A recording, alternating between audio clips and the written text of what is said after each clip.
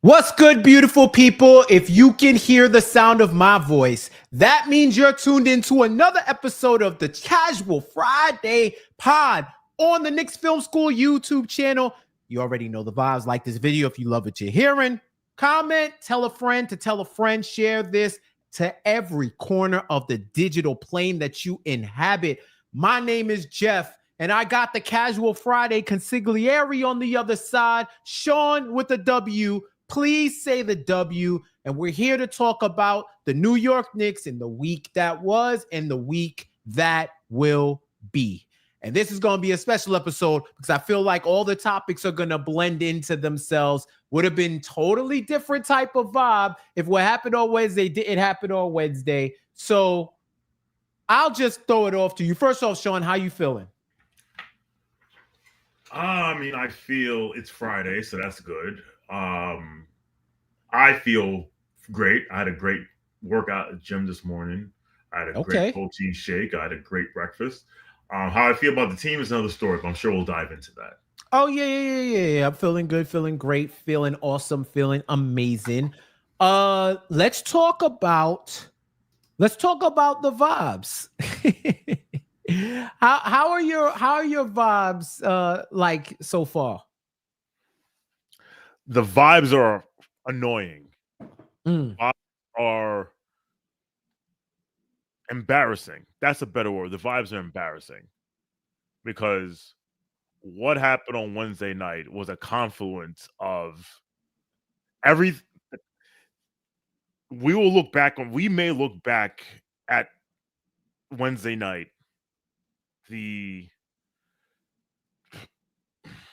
We maybe look back at Wednesday night, the 11th of December, and say this is a turning point of our season. Either things went the way we wanted them to go, or things went exactly where they're always headed.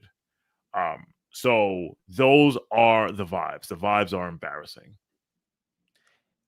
Yeah, I'll take. That was an excellent adjective for the vibes for me. But I'll take the one that you originally was gonna say, and I'll say that the vibes are annoying, and I'm annoyed for a whole bunch of reasons. Still overall optimistic, and I'll keep it 100% real. It's probably a good thing that we're doing this pod now and not 10 hours post game, at the post game, even 24 hours or 40. It feels like it was a week ago. That's how draining that NBA Cup quarterfinal loss was to the Atlanta Hawks. And we'll get into it. Of course, Shawn, we talk about the week that was. And I think the reason why my vibes are super annoyed is because this team went from having the highest of highs coming off that Raptors win that they were able to come up strong in clutch time. Big shots, Mikal big shots, Cat with the dagger, pimping the New York on his chest, giving the fans that dopamine hit that we all want to feel when we represent the New York Knicks. And then the complete egg laying that went down, the complete flop that was the second half of that game at home against the Hawks. And it's ill that it's like I don't want to erase what happened on, I believe it was Sunday, to the Raptors. That was an impressive win, given everything that was going. It was Monday. Okay, yeah. So Monday, given what happened in the game, how the game turned, they showed a lot of qualities of a winning team that made Wednesday feel like pretty much a foregone conclusion. Given how the teams were trending, given how the Knicks seemed like they finally clicked and they figured it out. And yeah, what a way to completely eliminate a lot of goodwill and vibes by the performance, the second half, really the whole game, low key, but the second half specifically performance that the Knicks put on. Shawn, I'll throw it to you. Give me some thoughts on what you think. We'll start with the game. That's really important. We'll start with the game. What did you think went wrong against the Hawks? Shit, where to begin? This team does not. There is a level of effort. I'm not gonna say energy or intensity. There is a level that is needed for you to be successful successful in this league on a nightly basis. And the New York Knicks do not maintain that level. Maybe it's because sometimes they realize they don't have to maintain that level and they can still win. Case in point, December 1st against the New Orleans Pelicans, where they held them to 85 points. So the final score was 118-85. It was a laugher from the jump. Then there's games against the Magic in the cup in the last group stage of the cup, which basically was a knockout game, where they found themselves up 37 against the third best defense in the league by net rating. When things go left, this team does not know how or does not have the desire to respond in a manner that is consistent with winning teams. And that doesn't mean you have to win every time. For example, that game against the Bulls where they went down big and they fought back, they didn't win the game. Now, on one hand, you could say if you came out that level of effort, if you achieved the necessary level from the start, you wouldn't have had to be in that position and expound all that energy. But this team, honestly, this team is missing something. And I want to say they're missing heart, but I don't want to say they're missing heart because you don't want to say, like, a guy like Jalen Brunson has heart. Like a guy like Josh Hart, no pun intended, has heart. Like I'm not saying they don't care, but I'll wrap it up here.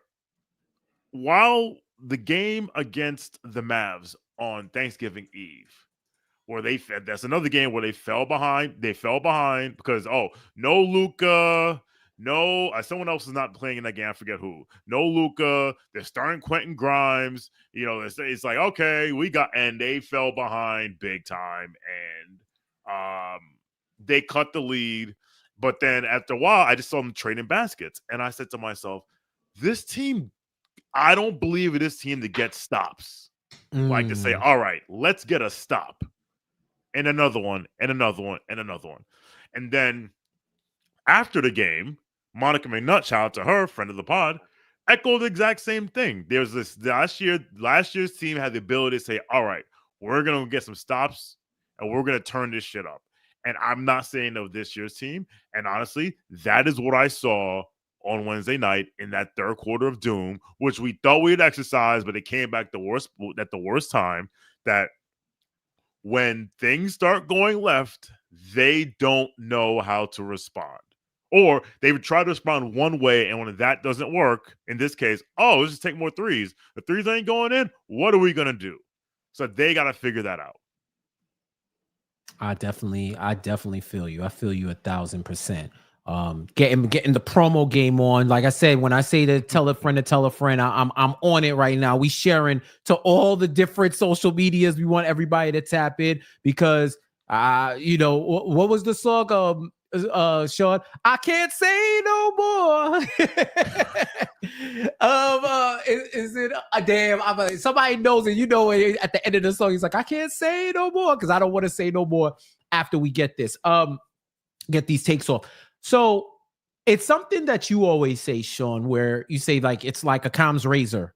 Sometimes the best answer is the easiest answer, is like the most direct, straightforward answer. Simplest answer is often the correct answer. The simplest answer is always the correct answer, right? 34-18, third quarter. That was the game. And this is a game that 34-18, the Hawks outscored the Knicks in the third quarter alone. The Knicks won every other quarter. Every other quarter, the Knicks won on points, right? You look at them from the game perspective. Atlanta shot 40% from the field, 29% from three, 65% from the free throw line. Any other time, that would be a recipe for disaster. That means you're getting smacked by 30, 40 against this team in this offense. What I saw, which was disturbing to me, first off, credit to the other team, right? Credit to the other team that it was there. The Hawks came out in the third quarter and they made adjustments. I saw Dyson Daniels going at Jalen Brunson every single time on offense. On offense. He was like, yeah, I believe everything they say on the scouting report. I'm driving every single time. And to Brunson's credit, he was holding his own, right? But the defense tightened up. I know Quinn Snyder got there in halftime, told them they need to tighten up. They did tighten up on defense, but the Knicks were still able to get shots that they wanted. The threes weren't falling for them either. But and I was telling Shawn this at the game.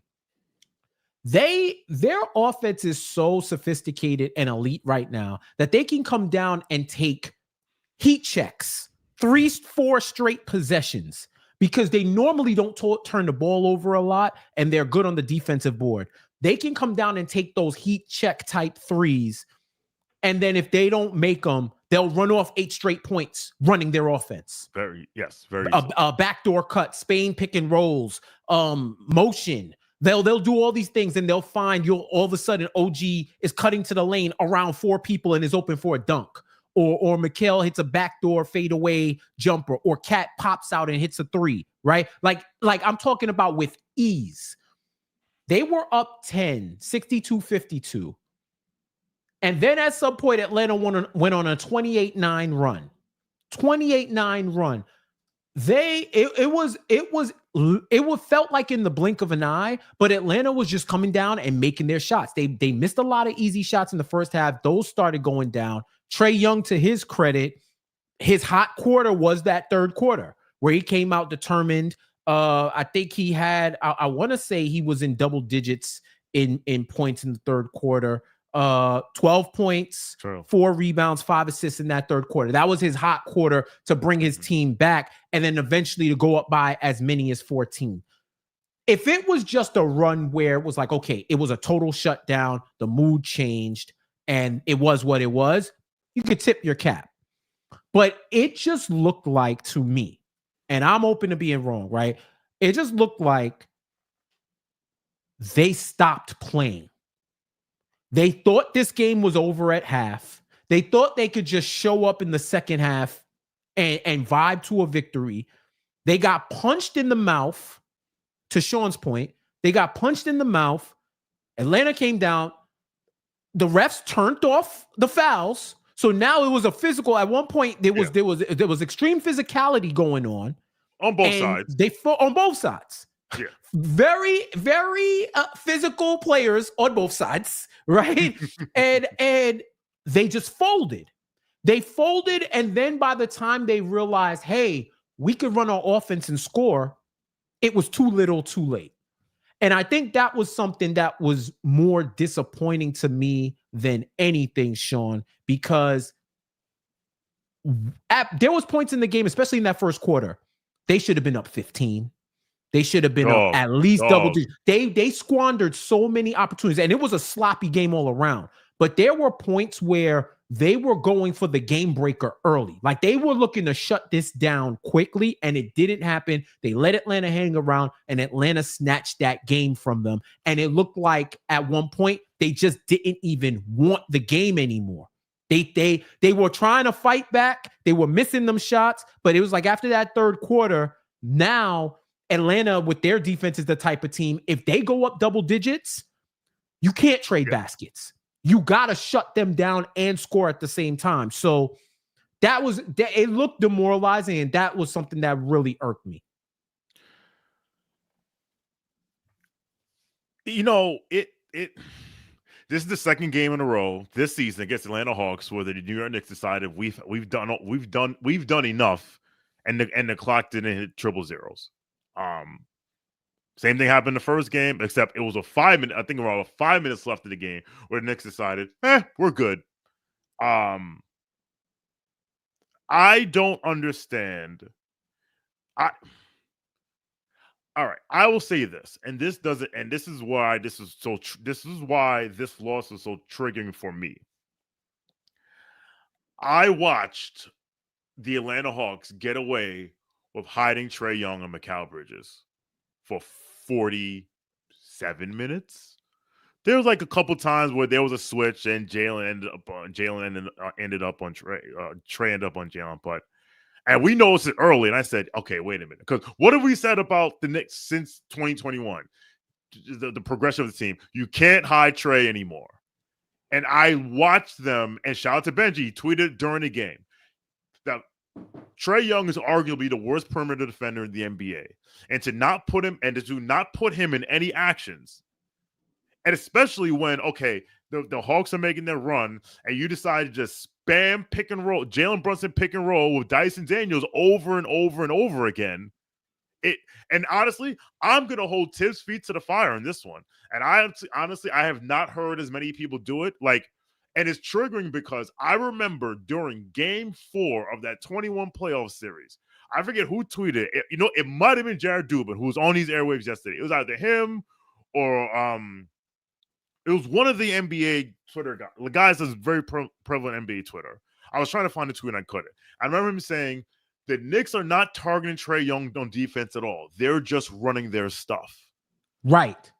And to do that again 4 years later is atrocious and it's unacceptable.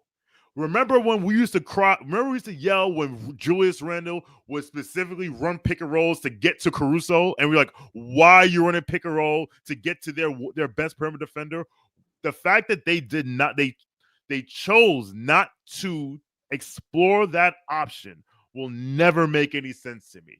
And I'm looking at the head coach because you're the head coach. Now listen, Julius is a different animal, because if you lose Julius, things can go left. Right. We've always heard that Jalen Brunson is an extension of Tibbs on the floor because he's known Tibbs his entire life. Why would we allow that to happen? It just doesn't make any sense.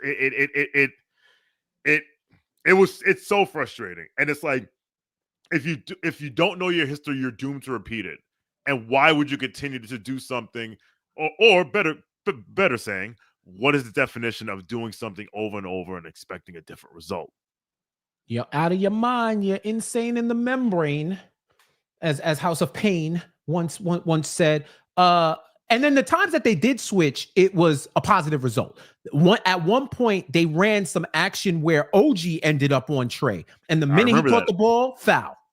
Yeah. Because he can't do anything. Yeah, he was like, yeah. OG, you cannot guard him with an inferior defender. He's calling for the ball and is trying to get you into act, and he will draw a foul. And that's why I was saying that whole time, I feel like because everything came so easy to them, they felt like they didn't even have to do all of that.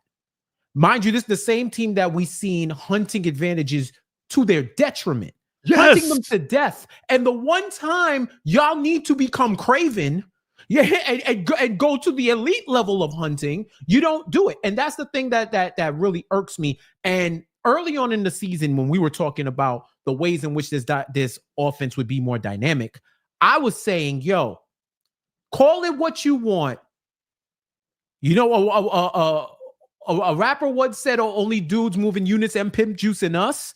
Yes. The only big men that's moving units right now is Joker, AD, and Cat. Giannis plays power forward once he wants to trade. I guess he doesn't have the G57 classification yet, but I'm talking about people who play exclusively at center. Those are the top three. Cat has comparable numbers right now to Jokic.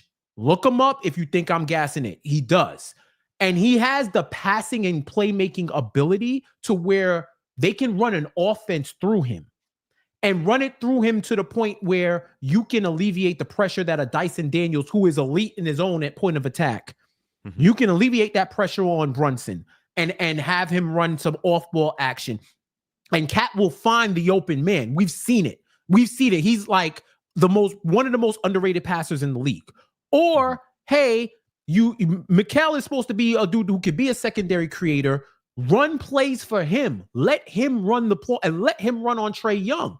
Let him run it out there and exploit that weakness enough so that once you do build a lead, then y'all could do whatever you want and run it out, because now it gets into a shooting contest. And there's few teams. I saw a stat the other day that said that the Knicks have the most 20-point wins. They've won by the biggest margins in the NBA this season, which goes to show what their offense is about. You can't get into a shooting matchup with the Knicks, but if it gets close and it's like defense versus defense, although the Knicks right now are pretty much league average as of now, according to what, depending on the analytic app that you use, they're either 16th or 17th. So they're inching there. They haven't shown yet that they can pull themselves out of despair on a consistent basis and win a game, win an ugly game. They haven't won enough ugly games yet to be able to get that moniker, right? So these are the type, if we touted their basketball IQ, to have advanced basketball IQ means that y'all are calling it on the floor and you see it. And even if it's at times where Tibbs is doing whatever this play is that we always see him do, the three down, the three head down, whatever that is, bro, if that play is not go get Trey Young and bring him into the action, then y'all need to go run him and bring him into the action, because I'm sure Tibbs will not be pissed if the end result of the play is a score or something positive, right? So, Shawn, let's get to the craps table in the room, right? Let's get to the craps table in the room. We've had extensive conversations on this platform or other platforms about what Trey Young did at the end of the Knicks game, even to the point where I saw it and Shaw didn't see it. When I met up with him, and shout out to Said, when I met up with Shaw and Said after the game, I had to let him know what he did, because they had already been walking towards the doors and didn't see it. But to set this up, and I'll toss it to you, right? Mm-hmm. The main reason I wanted the cup, I'm a soccer fan. I like in-season tournaments. I think it's cool. I feel like even if it's whatever you're playing for, if there's a stake, I want to win the stake. Yes. You know what I mean? I want the steak dinner, right? So if I want to win whatever the competition is, especially as a fan of the team. And I think it would be great momentum going into the season. So I was mad that they lost that. I was mad that they lost to the Hawks. But the number one reason why I had to think in myself, like, why am I annoyed? Because I don't see the Hawks as a Knicks rival. I don't care what media outlets contrive it. They're not the Knicks idol. But this is why I was really annoyed.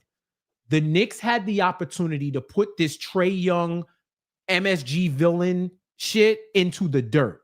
They had a chance to wipe it off. People would still try to gas it, but this was a whole new team.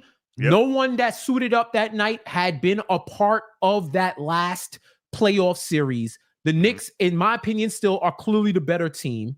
At least even over the first 25 games, I think they are. I think they are to that point before that game, I would have said clearly, yeah, they are the better team. I think they have the better offense. The Hawks don't defend the three-pointer well. They do have great defense, but they're not a good scoring team. They're a better defensive team. It was Styles makes fights, yada, yada, yada, but I think the Knicks should have won, and Vegas agreed. A lot of people who had eyes agreed, right? And I still think when it all shakes out, that will be the case. But they had the opportunity to put this narrative to bed, and they just gave it 4 more years of relevancy by not beating him and not beating his team in an elimination scenario and keeping up this mythology about who he is and what he does, right? And that whole dice roll shit, like, I saw it when he got the ball with 15 seconds to go. He was looking up at the clock, and I was like, "Yo, is he gonna take a 3?" I was like, "Yo, if he takes a 3, it's gonna get ugly in here." And then he did the dice roll, which was even worse. And I was just sitting there like, boy, if this was Rucker, if this was somewhere else, it might have got crazy.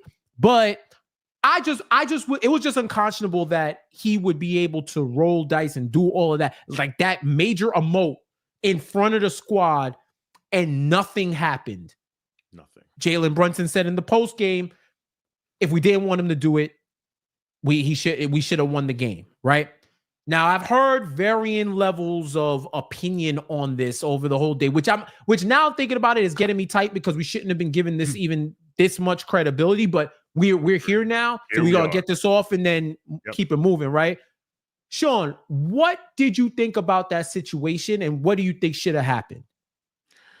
All right. So first, I want to say to all the shout out to old Hawks fans who kept trying to tell me that, oh, we're a better defensive team. Since our team is back, we're the best defensive team. We're on a better defensive season in the league. Kirk Goldsberry releases efficiency landscape today, which measures your offense and your defense efficiency. He puts on a graph, and look where the Hawks are, right in the middle, bang, freaking average, or as the kids say, mid. All right, so that's that. All right, what should have happened? I will quote a wise man, Jeffrey K. Johnson. Something. The issue. Well, first of all, I'll say this. Point of information, asterisk, legal name Jeff. K is definitely not my middle initial, but for the sake of the story, that is who it is. All right.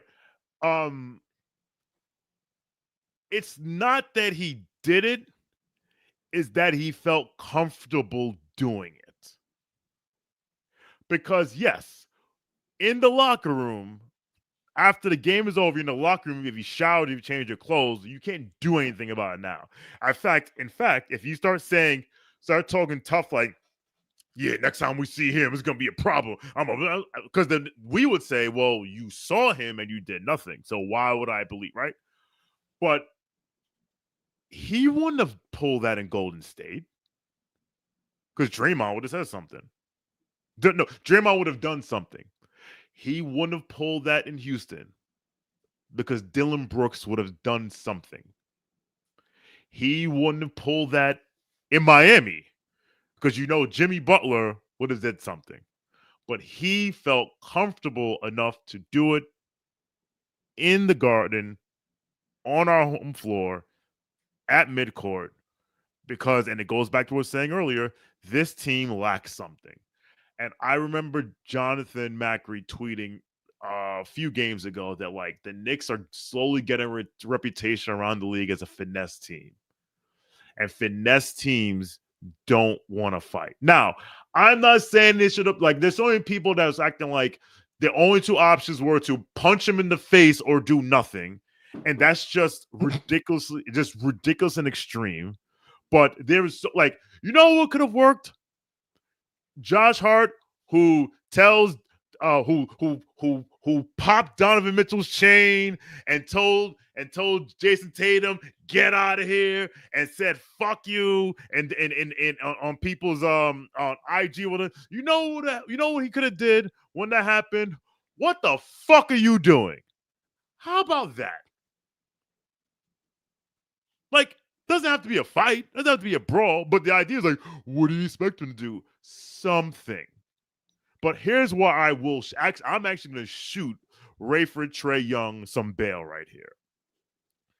That dice roll was the manifestation of 3 years of chanting this dude's name in games he was not a part of that we were playing in.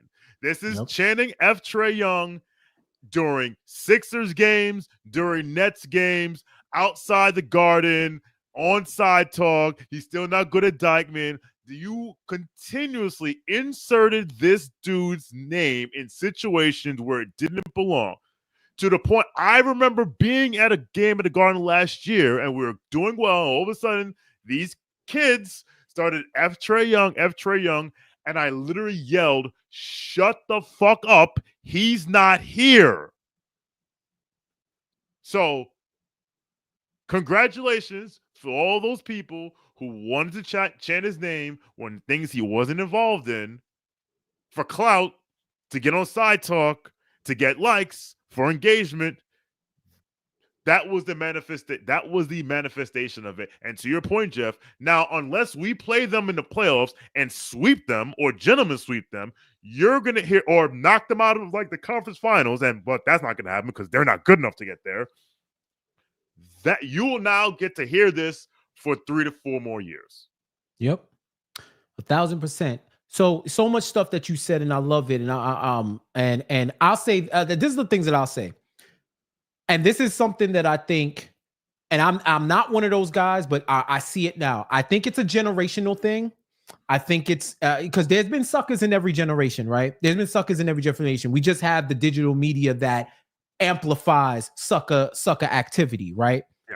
But to think that there's so much pushback over drawing a boundary line. Let me use a 21st century term. Defining boundaries so that people don't cross them is unconscionable to me. I watch these dudes give more smoke to referees than they would to a dude who's violating your logo. And this is why I take it personal. This is my city. I'm from New York. Representation in New York means something. Our New York culture has been used as a costume across digital media where people been talking bad about New York for years, and now it's about the Tims. Like before all the social media stuff, it used to be about our accents, which is cool because we clown accents too. But then it became about the Tims and the bacon, egg, and cheese and the chopped cheese and all of this. And people like to talk about the rats and the small apartments and all the stuff that y'all brokies say in your cities that nobody want to go to, right? So y'all say all of this stuff.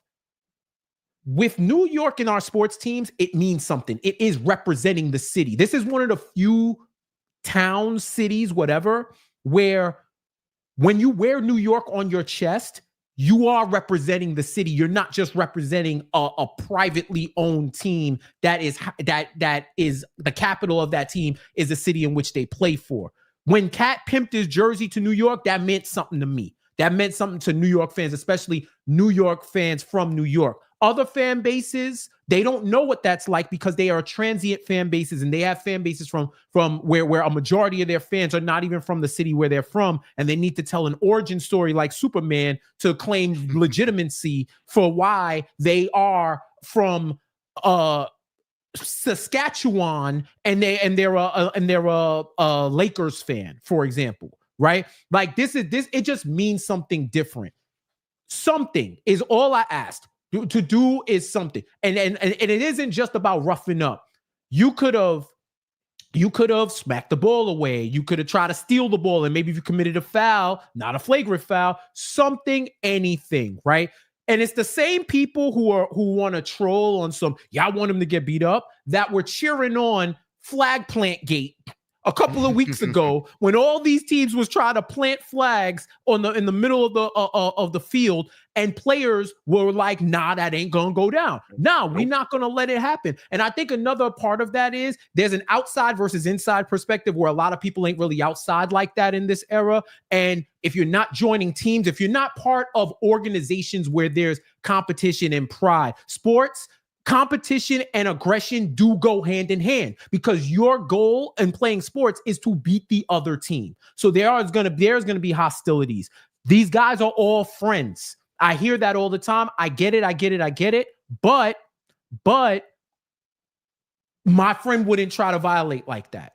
If you really my friend like that, knowing what it is, knowing what it's going to be, it wasn't going to violate that. And you can command respect without having to be violent.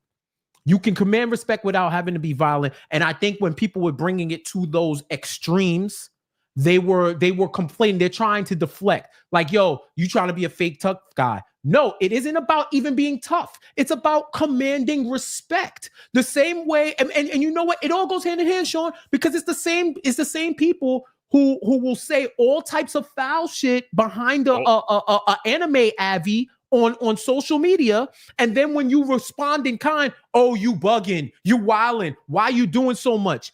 Soft. Would you say F you to me in my face? Would you say that if I was having a conversation with my friend and you roll up to me and you were like, man, you don't know what you're talking about, get the fuck out of here. What do you think is going to happen to you next? The keyboard no, Jeff, you can't do anything. You're not gonna get in no fight, Jeff. You can't do exactly. anything. That's why I say it is like the TikTokification of and the keyboard courage era, right? The other thing, and here's the Trey Young side.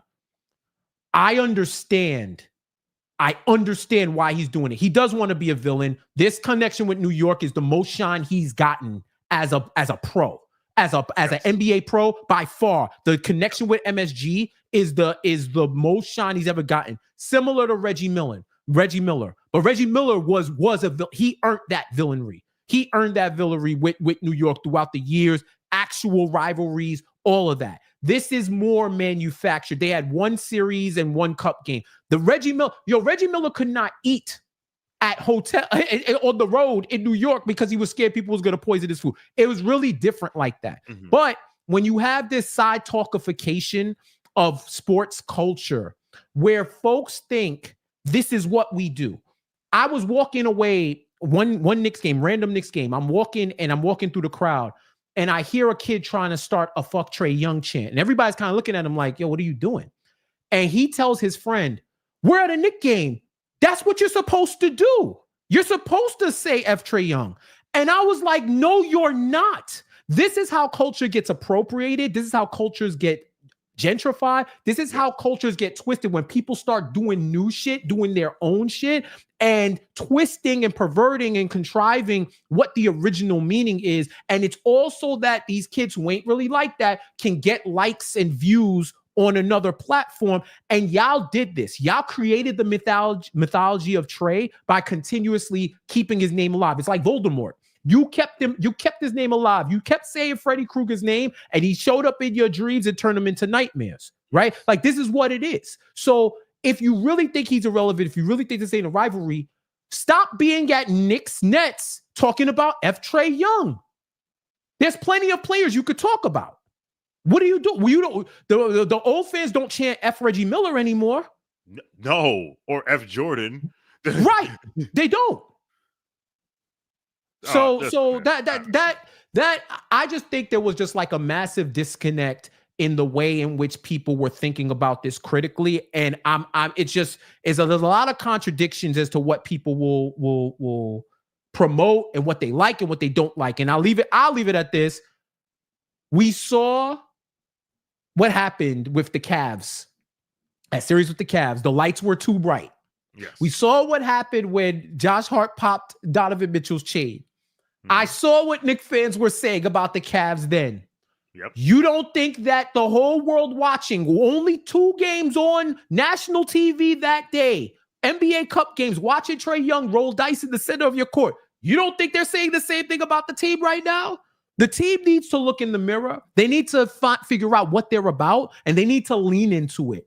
They're 15-10. The sky isn't falling, but they need to figure out who they are. And it needs to be about pride and seriousness, because right now they're not a serious contender. They're a good team, but they're not the team that we envision when you move your chips into the middle of the table. I don't move my chips in the middle of the table to be showing a 2 of clubs and a 3 of diamonds.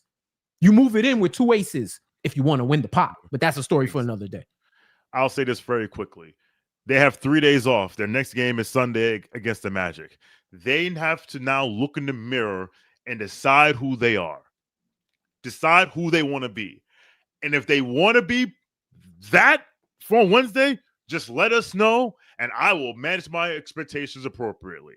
Because right now, for a team that had championship had championship aspirations, that's what I said, that's what you said, that's a lot of us said, like, this team can win the championship.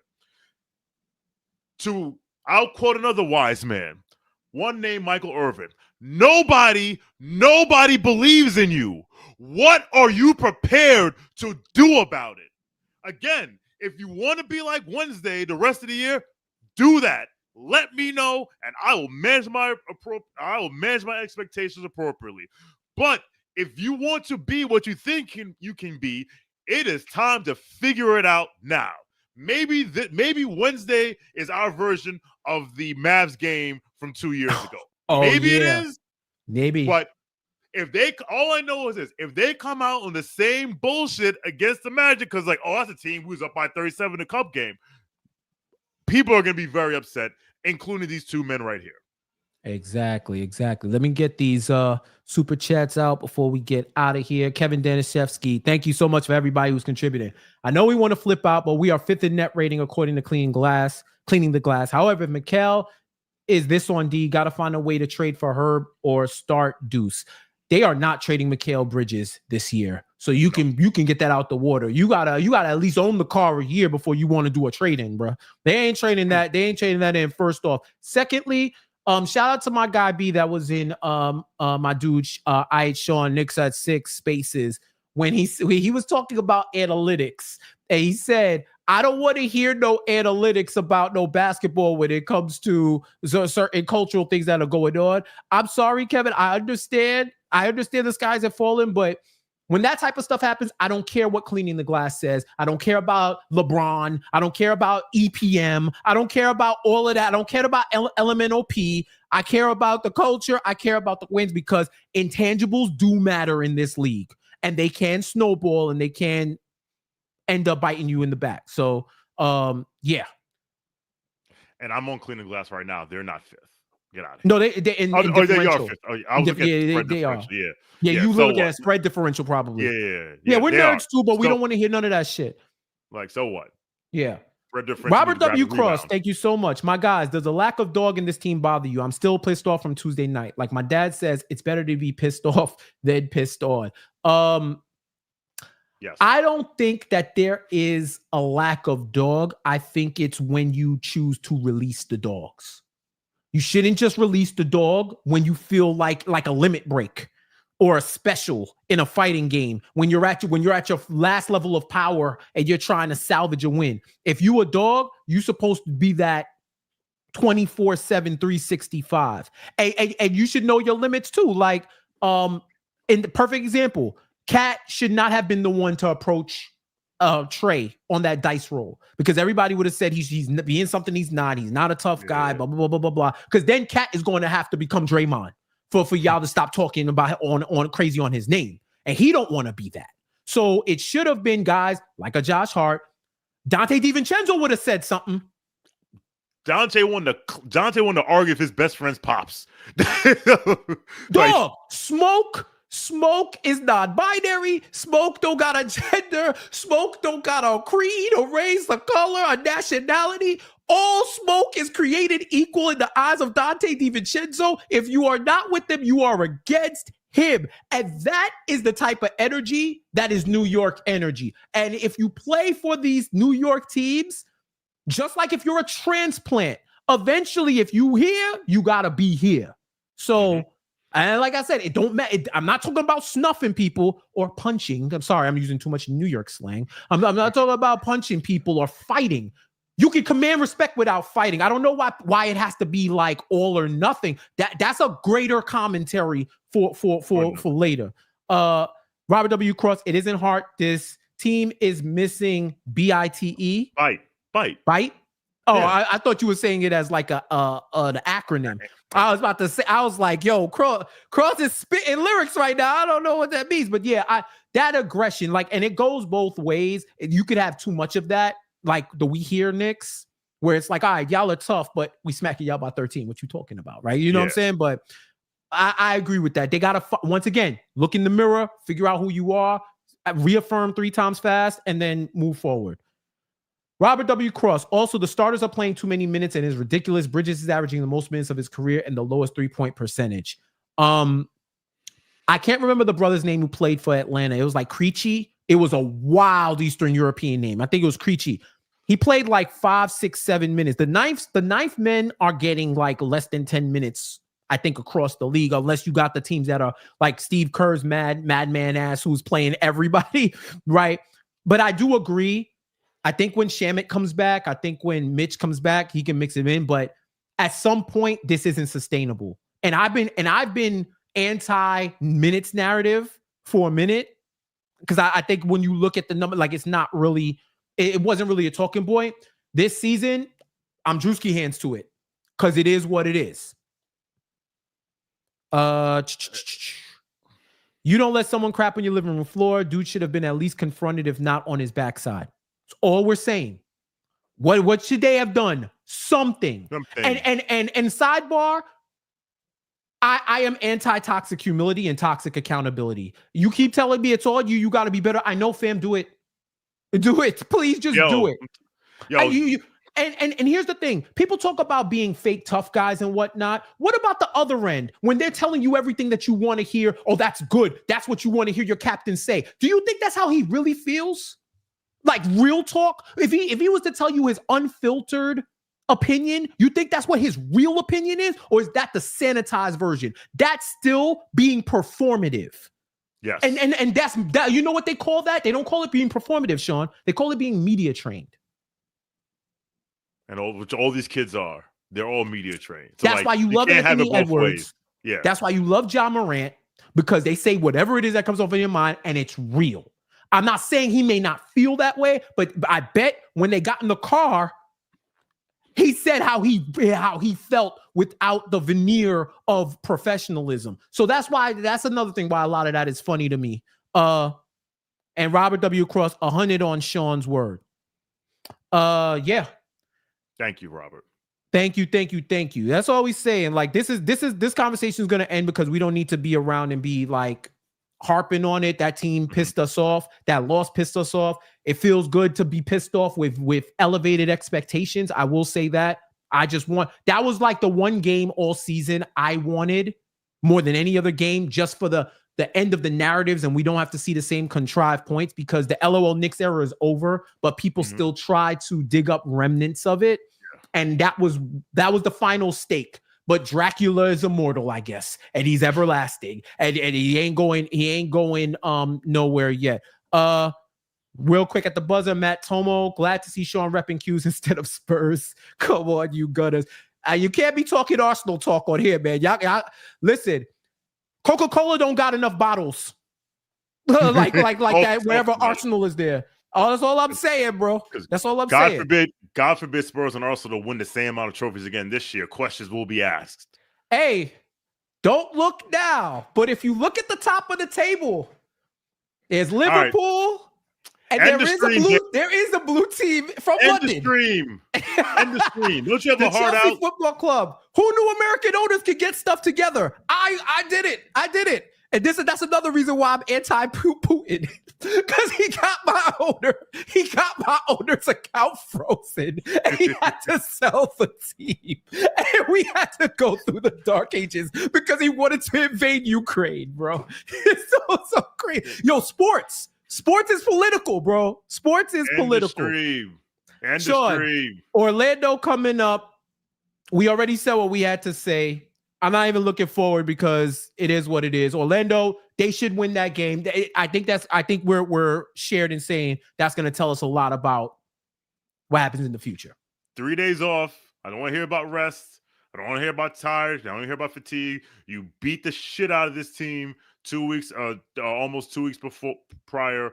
Go out and win the game. No Franz, no Paolo. Go win the game. And that's all. South. Exactly. Sean, where can the people find you? All right. I am slowly making my return to the app formerly known as the Bird app at Shawn With A W _. I'm on Blue Sky at Shawn With A W, no underscore needed. But you can also find me tomorrow at probably around 5 p.m. for KFS Study Hall. We will let you, the people, get your shit off about the NBA Cup game and then what the season looks like going forward. So it'll probably be some combination of myself, Mensa, and Chris Precianen. We have to have a production meeting. But yeah, pull up probably around 5 o'clock on Saturday afternoon on the app formerly known as Twitter.